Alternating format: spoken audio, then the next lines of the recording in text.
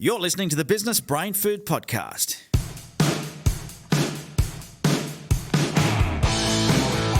Welcome to the Business Brain Food Podcast, the show business owners listen to when they want to take their business to the next level.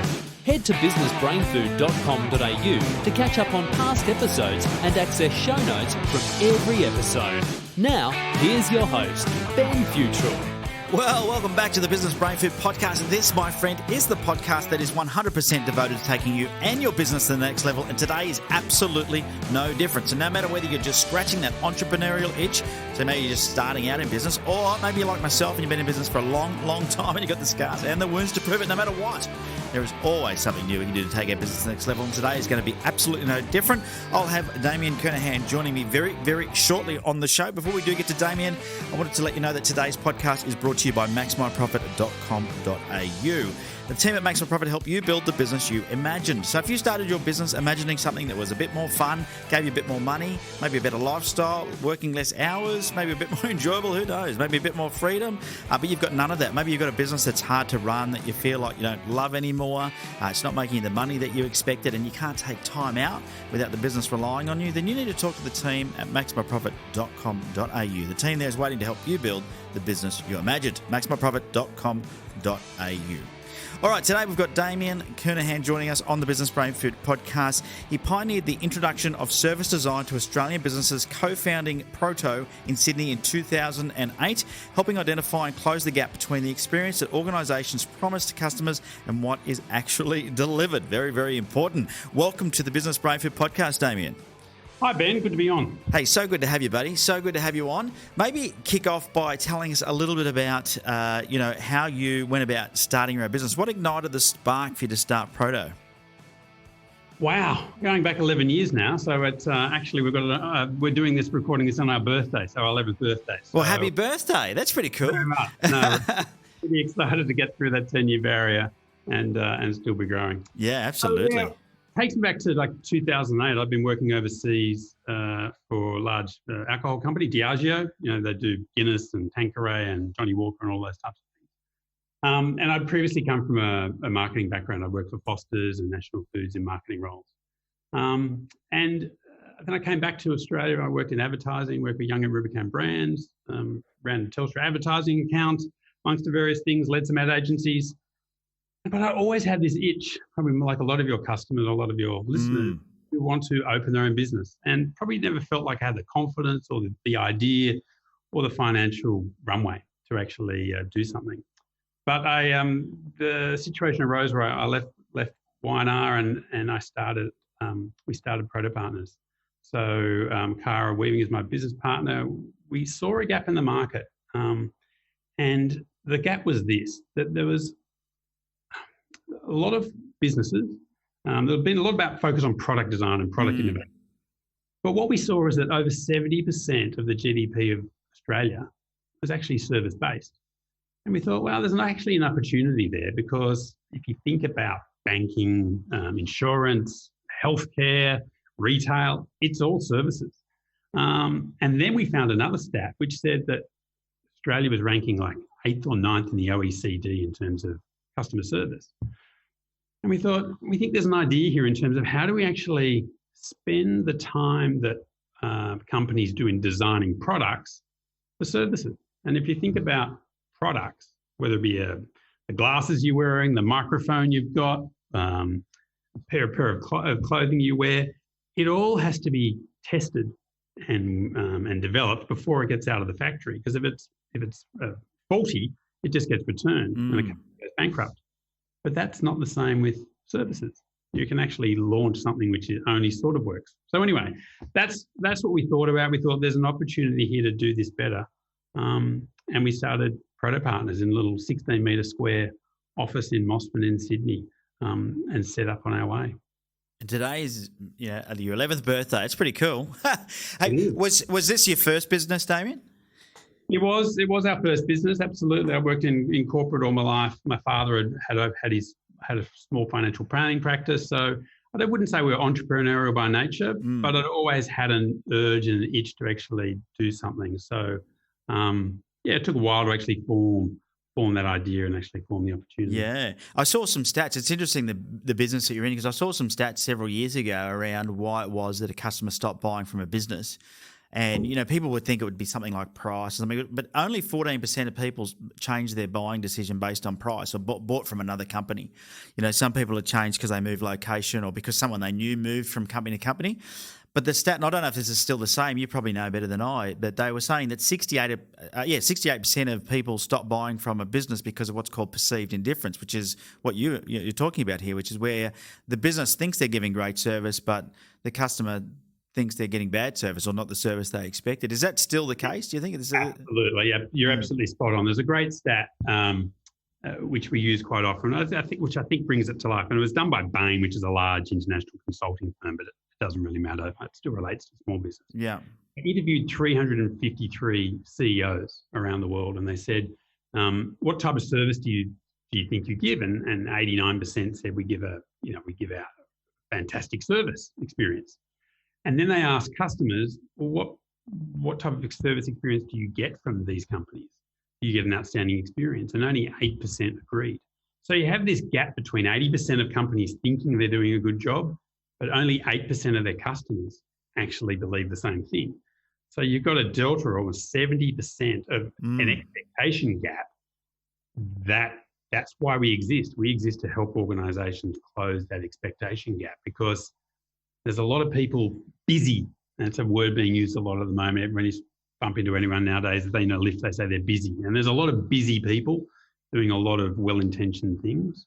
But quite often, they haven't actually got enough connection to their customers to truly understand what is and isn't worrying them, what it is and it isn't that they value, and what's important to them. And so organizations, small or large, to actually spend that time to actually listen, to talk to the customers, to call them, do simple surveys to actually hear the pain or the challenges they've got and go about solving it. That's what it's about. That's what service innovation is about. It's not about sexy, shiny iPad apps and all that type of stuff like big business launch.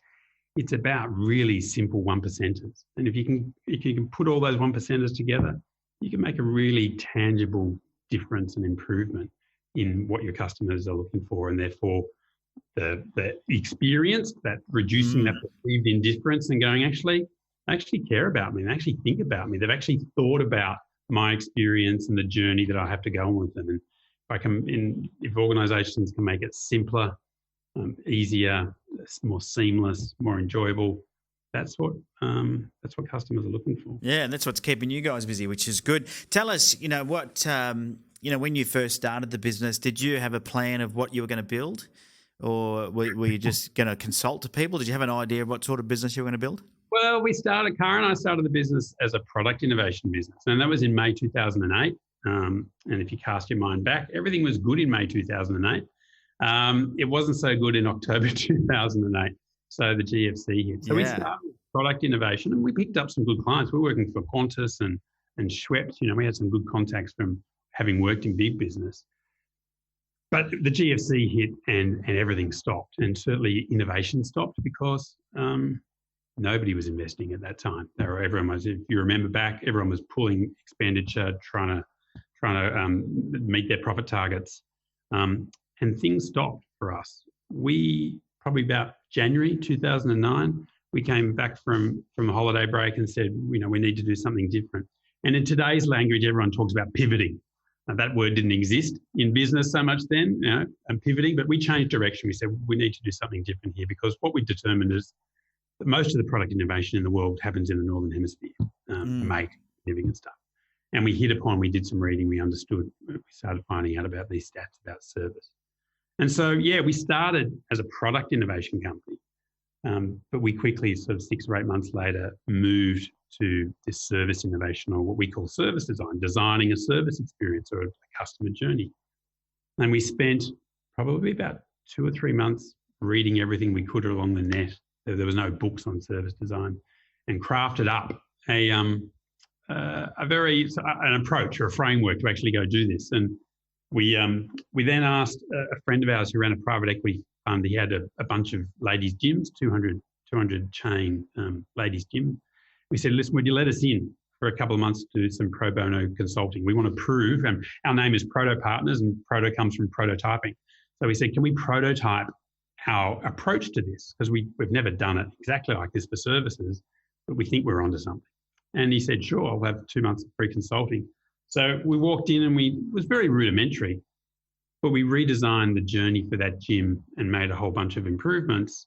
And after that, we realized, having prototyped it, that we had something that was of value. And then it was a case of then taking it to market and trying to find people who wanted to pay for it. And I got to say, in the early days, it was hard because everyone was talking about customer. Well, everyone talks about customer now. You'd hear a lot about customer experience. The New South Wales Premier, Gladys Berejiklian, always talks about customer every fourth word, especially when she was Transport Minister. It's a lot more present than it was 10 years ago. People used to talk about, we're customer focused, but they weren't really, because things were going, up until then, were going pretty well. I think things have changed. So, it was a large education process for us to help explain to people. And it seems strange, doesn't it, for small business to go, well, get focused on your customer. You'd be surprised how many businesses are busy on providing whatever they do, but they don't think they might provide actual product, but they don't think about the experience that sits before, sometimes even during and after that, which customers find important, but businesses are really aware of. Yeah, funny, isn't it? Because it is such a big part of it, the experience. And I think, we've seen some big organisations really tap into the customer experience over the actual product itself. And I mean, there's a very large hamburger joint that's worldwide that uses experience over quality, and they'll say they've got good quality. There's no doubting the quality is okay, but it's not the best food on the planet. But the experience is consistent and predictable. And I think what people enjoy is they know what they're going to get. Yeah, I think you're absolutely right, and I think predictable and consistent are two very, very underrated words. A lot of organisations we see they have one part of the journey, the customer journey you go on, and when I talk about the journey, just to make it simple, it's sort of like 6 phases for most journeys or most products or services that people have. There's awareness and interest, and then you buy, and then you set it up, and then you start using it. And then you have this sort of manage and support where you need help. And then there'll be a phase where there's a problem and you need that solved. And then there's renew and exit. So that's the sort of rough end-to-end journey that most products go through. But along those journeys, quite often organisations or companies do some things really, really, really well. They do other things really, really poorly. And as humans, we just like consistency. We don't like to be surprised, and we like to be in control. So when they do something really, really well, and then a week later they do something really, really badly, and then the next week they do something pretty well, we feel this sort of emotional surge and going up and down. I mean, people don't sort of think about it. It's all pretty subconscious, but it doesn't sit well with us versus that hamburger chain that you were talking about. You know exactly what you're going to get when you walk in there, whether you drive through or walk in, whether it's the best or the worst, that's up for debate. But when you walk in there and you order whatever is your favourite thing, you're going to get it exactly the same way well every single time. And so this consistency, I guess that's what customers are looking for, and that's what we help organisations do. How do you make the service experience as consistent as a product experience? Yeah. So put on your pair of glasses. I've got a pair of glasses in front of me. I can't see too far when I'm reading now. I'm over 40. When I put it on, amazingly, I can see words every single time without fail. But if you think about when you ring up your insurance company or your healthcare company or your bank, or you go into a retail store, how often do you ring them up and you get exactly what you expected? And I've got to say, all the research we do, it's rare. It's not very often, is it? It's not very rare. It's not very often. So that's really strange, isn't it? In terms of products, we expect them to deliver every single time, but we seem to put up with service experience, which is the majority of what we have nowadays. Yeah. It's good, bad, and indifferent. So how do we make that consistent every single time, or as many times as possible? There's humans involved. There's people involved. So things are going to vary, of course, but how do you actually standardize that? So let's jump back into your journey of growing this business. 'Cause I'm interested to hear, after 11 years, give us an idea, like how many in the team, what sort of revenue you guys doing now, how many, I don't know, clients do you look after? You've got some key metrics you can sort of share to give us an idea of the growth you've experienced over that time? Yeah, so we're a team of 10. We've grown sort of, steadily over the years, and we've also decided that we don't want to be too big. We've got a really great culture here. Culture's super important for us. So we've got a great team in terms of revenue-wise. We're a couple of $1 million thereabouts. So we're really happy with the sweet spot that we've hit. We worked with a lot of large organisations initially, like most of the blue chips, and now we're finding as sort of smaller organisations or medium-sized have sort of maturing this space, that they're sort of look for our services as well. Yeah. And then we've also got some other products which serve smaller businesses. But that's interesting there. You got some key points you touched on there that I think, because it's easy to get hung up on being a big business. You said you made a decision you didn't want to grow too big. That's obviously a conscious decision that you've made. What was it, the driver behind that? Was that the fact that you had been in big corporate companies before, or just something that was more flexible? What made that decision? I've worked for, really, I mentioned a few of them before, and a couple of others which I haven't mentioned, but pretty, significant, blue chip ASX listed companies. And if anyone's worked in those, they know there's a lot of politics, there's a lot of inertia, there's a lot of intractability. And so in setting up a small business, we wanted to create that culture, which I've read a lot of management books about creating. And I'd gone through a lot of performance reviews and stuff like that in my time. But we decided, Cara and I, that we want to actually build a team that love what they do and love coming in here, and we care about them as much in their personal life as their business life. And we live that, and we believe we live that. And we talk to our staff. I think they give you that feedback that we care about them as people, and that for us is important. That's the first part. I think the second part is quality. We've seen, and growth is good. There's no doubt growth is good. But part of our goal or our purpose is to enrich the lives of every Australian, one customer experience at a time. And we know the way that we can do that is we have senior people working with our clients to deliver, really important things for them. And we don't want to outsource that to contractors or, more junior staff that will give an okay delivery. We're trying to give we're trying to provide serious value for our clients. That's our internal operating principle. How do we deliver serious value? And as an operating principle, we need to be mindful of the people we have and the clients we have, and make sure that we can deliver that every single day.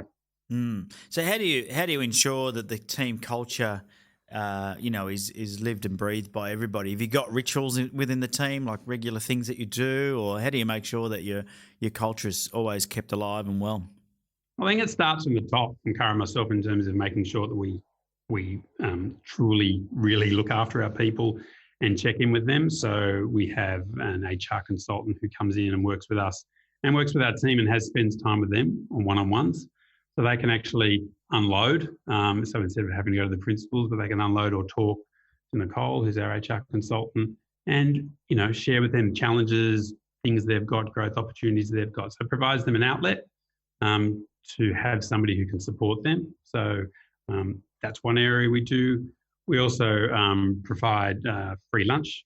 So we order Coles online every week, and that's paid for by the company, and it allows staff to get together and sit together around a kitchen table and spend an hour with each other each day, just talking about whatever, spending time. So it keeps them together and allows them to build things.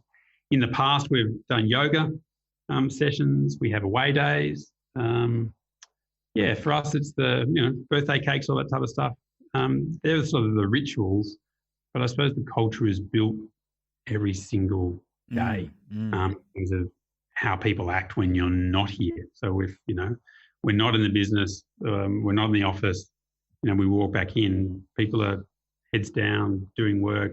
The vibe is good, whether we're here or not. Yeah. Now, having worked in that corporate world, what do you feel is the major difference between entrepreneurs that build a business and those that work for somebody else? What's the key difference for you? Oh, you know what? I was having worked in larger businesses, I don't think they truly empathise the challenges that small business and the work ethic that they've got to go through. And I know myself when my paycheck landed in my bank account 15th of every month, that's a pretty good feeling. Every single month that pops in, and you might get a bonus at the end of the year. I'm part of a organisation called Entrepreneurs Organisation, EO, and so I know a lot of other entrepreneurs, and they're working really hard every single day. And some of them have grown to be quite big businesses, but even 10, 15 years in, you can still have significant challenges that you've got to get around. And I think the large businesses and people in large businesses, quite often I think they underestimate the effort and what it takes to actually grow a business from scratch. I mean, there's I talk to a lot of guys who have been retrenched or decide to go out on their own post 40, and I always say, listen, this is not mine. I got this from somebody else, but it's going to take twice as long, and you're going to earn half as much as you think. Yeah, it's so true. and maybe less. Yeah, I hear you. And I know, looking at them, they actually really don't believe me. Like, oh, that's okay. I'll leave it to you. And then 12, 18 months down the track, you have the chat, and they go, absolutely right. Having said that, wouldn't trade it off for quids. I mean, it gives you a flexibility. It allows you to pursue a passion. It allows you to develop new products and things that you're interested in, which move you and help you solve, answer your why, which I don't think you get in a large organisation. I mean, you spoke about having to pivot back at the end of 2008. Obviously, there was a lot of businesses that dealt in, with other businesses they just shut the purse strings up, and that was it. They weren't spending, and that affected a huge amount of companies. Has there been a time in your 11-year journey where you've thought about throwing the towel in? I mean, that might have been one of them. Is there a time when you've gone, no, this is not going to work, I'm just going to go and get a job again? Just once? No, no, a couple of times. I mean, I think there are two key times, I guess. One was in that 2009. We didn't earn any revenue for 12 months. So, to stick to your guns that early on and hang in there. Cara and I had a lot of conversations about doing that, but we believed in what we were doing, and we hung in there and started earning, some decent revenue, or enough to at least start to grow the business. So I think that was the other one. And about 2 or 3 years ago, we had a significant challenge. We were working with a lot of large organisations, large companies, and doing pretty sizable projects, and a lot of the large consultancies moved into our space pretty quickly. So we're talking about the PwCs and the Ernst & Youngs and KPMGs. And a lot of they've got amazing access. That's the great thing. One thing for those organisations, they have access. And we lost a lot of major contracts just based on, the weight of these guys coming in and promising a whole lot. There's a whole other side story to that on delivery, but for a good 9 to 12 months, again, we took a real revenue hit, and we had to contract a little, and then we had to come back from that. So, I think most business owners that I talk to have those challenging situations, and it's a case of, and again, I don't own this one. I've read it somewhere, but it's not what happens to you; it's how you respond to it. Cara and I were committed to it and believed in what we were doing, and we had to fight through and regrow, and we've done that. And have you ever got investors come in to help you do that, or has it always been self-funded? No, it's always been self-funded. Always been self-funded. Which is often the case with small business, and I think that's the thing that a lot of people don't understand is you do sometimes have to make sacrifices, don't you? And you have to make decisions. And I mean, you use the word contracting a little bit. You contracted the business, you shrunk it down a little bit. And I think that can be a difficult thing to do because you get used to having a certain business.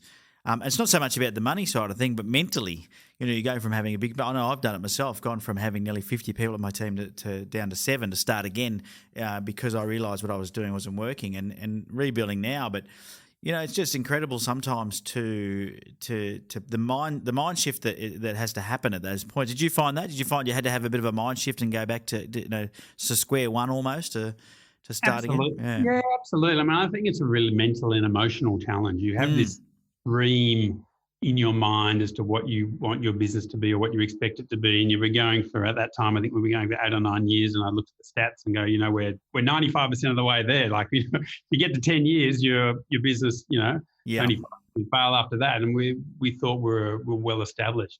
And I agree, losing key staff who had been with us for years, who we didn't want to lose and were great people, intelligent, hardworking, humorous, everything we wanted.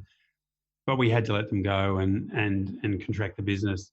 It's like giving up your baby. If anybody, it's like, this is my dream, this is my baby, this is our baby, and you lose that for a while, and you go, what happened? And you're right. I don't think it's financial is one thing, but I think it's that emotional. You've had a team of people, a group of friends who you've built around you, and you've grown and watched develop. And all of a sudden, you have to see some of them go, and I think that was the toughest thing that we ever had to do. It was, Yeah, and how do you now? Like, you've obviously worked out how to differentiate yourself from those other competitors. How do you go about doing that? Yeah, well, I think, as I said, customer is very popular now. Everyone's talking customer, and everyone's talking customer experience. The way we differentiate ourselves, or the strength that we see, is that a lot of we're just about to launch an article, actually. It's like in terms of, we're not seeing any customer and customer journeys, which is this customer journeys that people are developing or agencies are developing, and they're all developed inside out. It's like, what journey do we think the customer is going on? So they're actually developed internally by organisations without actually talking to customers and really finding out what happens. And what we do is we spend a lot of time and effort going out and talking to sometimes tens, hundreds, sometimes thousands of customers to go, what are your challenges? What's working for you? What isn't working for you? All the way along that journey. And that can be a 2-year journey that you have with an organisation. So it's really granular. It's really detailed. It's really tangible. It's really actionable. And when we work with our clients, we hand that back. So they've got an actionable roadmap that they can actually start working on. It's prioritised. They know what they need to do in the short, medium and long term. And I think that's what we see differentiates us, because we see we go invited into organisations who have worked with others, and we see the work they've done, and it's a bit motherhood, really. We see things like customers would like things personalised. We go, well, that's not an insight. That's just the bleeding obvious. And what do I do with that anyway? Instead of actually, no, here is a problem right here. This is why it's a problem, and these are the solutions or the ways I'd like you to improve it. And here's some suggested ideas on actually how to do that. I think that's what people are looking for. It's that people talk a lot about strategy, but it's about how do you move strategy to execution? And, execution wins every single time. Yeah. So what we do is we help organisations move to execution quicker. So they're doing it in weeks and months, not months and quarters for smaller organisations. And is that a message you put into your marketing or a sales process, so they recognise that as your differentiating? Yeah, absolutely. Yeah. It is, absolutely, in terms of, if you want, you actually need detailed, deep customer insights. And what we do is we do an excellent job of uncovering, giving you a really fresh perspective, something that's really surprising. I'll share a story for a government agency who are providing support for people who've been injured in accidents, in car accidents. And the perception, even though they didn't detail it to us in writing, was that maybe these people were actually taking the money and, trying to get some money out of the government. When we did the research, we found out that these people were desperate to get back to work, would do anything, would even cut off their right arm to get back to work, because the impact of actually losing a job, and we talked about, when you lose your business or you contract your business, but losing that teamwork and having to stay home for months or years on end was crippling for them. And so therefore it reframed the whole way that they were looking at, simply trying to enable these people and not try and question them when they needed money for support or crutches or wheelchairs or whatever it might be. They actually wanted everything they could do to get back to work. And that was surprising, totally surprising. That changed the whole way they went about actually delivering and enabling those people, which is really powerful. It makes us feel fantastic. Yeah, it's and good to be a part of that, obviously. You mentioned a couple of times, getting past the 10-year mark, and I don't know what this. But do you know what the stat is? Is it 5% or it's a small percentage to get past 10 years? Yeah, I think it's in that zone. I'm not. Yeah, so I think 2% is past 20 years, so maybe it's 5% past 10 anyway. It's not a huge number. What do you think have been the keys for you guys to get to this point? What have you done consistently throughout those 11 years that have kept, driving the business? We're avid learners and avid readers. Mm-hmm. We have an Amazon account, which we quarterly buy a lot of books, a lot of podcasts, a lot of audio books, and we're continually reading because I think business is constantly changing, the environment's constantly changing. So we're mindful of how do we stay ahead and be at the very forefront in thought leadership in this country and in this region. So for that, we can being ahead technically and also spending a lot of time. We drink our own Kool-Aid. Spend a lot of time talking to our customers, understanding what's important for them, what isn't working, what it is they do and don't do. Nice to see you do that you drink your own Kool-Aid. Drink your own Kool-Aid, yeah. Because not the plumber with the leaky taps. No. We're very mindful of that. So actually, so making sure we're ahead technically, but also getting customer feedback and acting on that. Because we're a service brand as well. Yeah. Now, you mentioned before you're in the EO, which is the Entrepreneur Organisation. How helpful it has been for you to be a part of a network like that. And a lot of people are not networking with other entrepreneurs. Has that been a key to your success, do you feel? I think it's been really, really helpful. Being able to talk to and share experiences with people in different categories, but are going through, similar challenges. And also being able to share from their experience in terms of where they've had a similar business challenge. They can share their experiences with us, and we can act on that. So, I think that's valuable, but also being able to have a group of people who you can talk to who get what you're talking about. When I started the business, most of my friends were still in corporate, and they didn't really get what it was like to run a business. So having an outlet where you could actually talk to people who understand intuitively what you're going through was really valuable. So I'd absolutely recommend it. Yeah. And out of all the books you've listened to, like you mentioned, that was a big part of it. What's the book that's inspired you the most? Is there one book that you can pinpoint and go, that was that really was a turning point? Yeah, well, it's going to be one that nobody's ever heard of. But it was a book called Journey to the Interface, which was written by a guy called Joe Heapy back in the UK 20 years ago.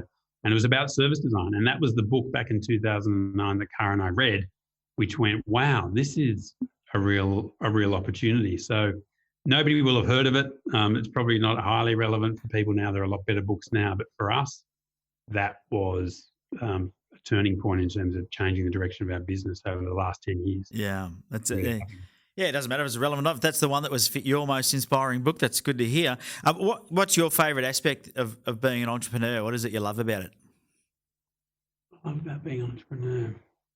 I love the opportunity to continually try and solve the puzzle. I think about business and our business as a puzzle, a really challenging puzzle, and it's a moving puzzle. So how do you put the right pieces in the right place at the right time, as closely as you would hope? You never ever nail it, and it's always changing. And the piece you put in today might not work, in 2 years' time. So just working that through, I think, is a real mentally challenging option. So I think that's one thing. And the other thing is being able to spot an opportunity or idea and go, well, why don't we develop that? That's something we can do, and that would be something that our customers might value. And developing up, prototyping that out, and rolling it out and testing it with people and see what they think. And then if they like it as a minimal viable product or whatever you want to call it, rolling it out. I think that's great. Do you spend much time developing new things, or is it, you just sort of stick to your knitting? I remember seeing a speech with Steve Jobs once, and he said, we're proud of the things that we don't do. We're not trying to be everything to everybody. We just focus on what we're good at. What's your philosophy around developing new products and services? Yeah, he was all about, it was more important to say no, wasn't he? Yeah. It's easy to say yes. It's a lot harder to say no. I think we've been pretty focused over the time. What we have been working on over the last few years is we're a project-based organisation, and how do we build annuity income? So we're currently working on, and we've just launched a smaller product for small businesses, which is a more of an annuity-based, customer feedback service. So people pay subscription. And so instead of working for the A&Ps and the Westpacs, it's more like it's a good business model, and it's a good direction to head in. So to have some sort of ongoing subscription base, and I mean we're seeing so many companies go that way now, aren't we? Yeah, absolutely. And it'll never become 100%, but if we can get 10, 20, 25% as annuity, as everybody knows who's running a business, that provides a base line of revenue which comes in, which gives you more certainty in the ups and downs. That's what they say. What is it? The old real estate business. It's all about the rent roll. All about the rent roll. All about the rent roll. Absolutely. Yeah. So everyone's got to get their rent roll up and running. Well, mate, we're just about out of time. How can people find out more? Just go to protopartners.com.au, protopartners, all one word, .com.au. And we've got a website which is really highly visual and easy to consume. So welcome anybody to go there. Fantastic. Now all we've got left to do is the 60-second scramble where I ask you some quick questions, you give me some quick answers. Are you ready for that? I am. Let's go. All right. Well, let's do that. What's your favourite app on your phone? I love this with tech guys. WhatsApp. Yeah, WhatsApp is a good one, isn't it? If you could be any celebrity in the world, who would you be and why? I think I'd be Elon Musk. And why? Because I just think he's doing some amazing stuff. Yeah, I'd have to agree there. Do you have a hidden talent? I can wiggle my ears. No, actually, my hidden talent is ocean swimming. Oh, okay. I was about to say we could ask you to wiggle your ears, but we're not going to see it. So we're just It's not very visual, though, is it? What's your biggest addiction? My iPhone. I don't think you're alone there somehow. Finish this sentence. When I dance, I look like an idiot. Who is your mentor? Have you got a mentor that you look up to? I've got several. There was an old boss from Foster's called Tom Smith, who taught me a lot of wonderful things many years ago. Yeah, it's great to have good people in your life to help teach you the things you need to know. And to finish up, what frightens you the most? Heights. Well, once again, mate, thanks so much, Damian. Really appreciate you coming on the podcast. I think everyone got a lot out of that chat, and it's interesting to hear about your entrepreneurial journey. So thanks.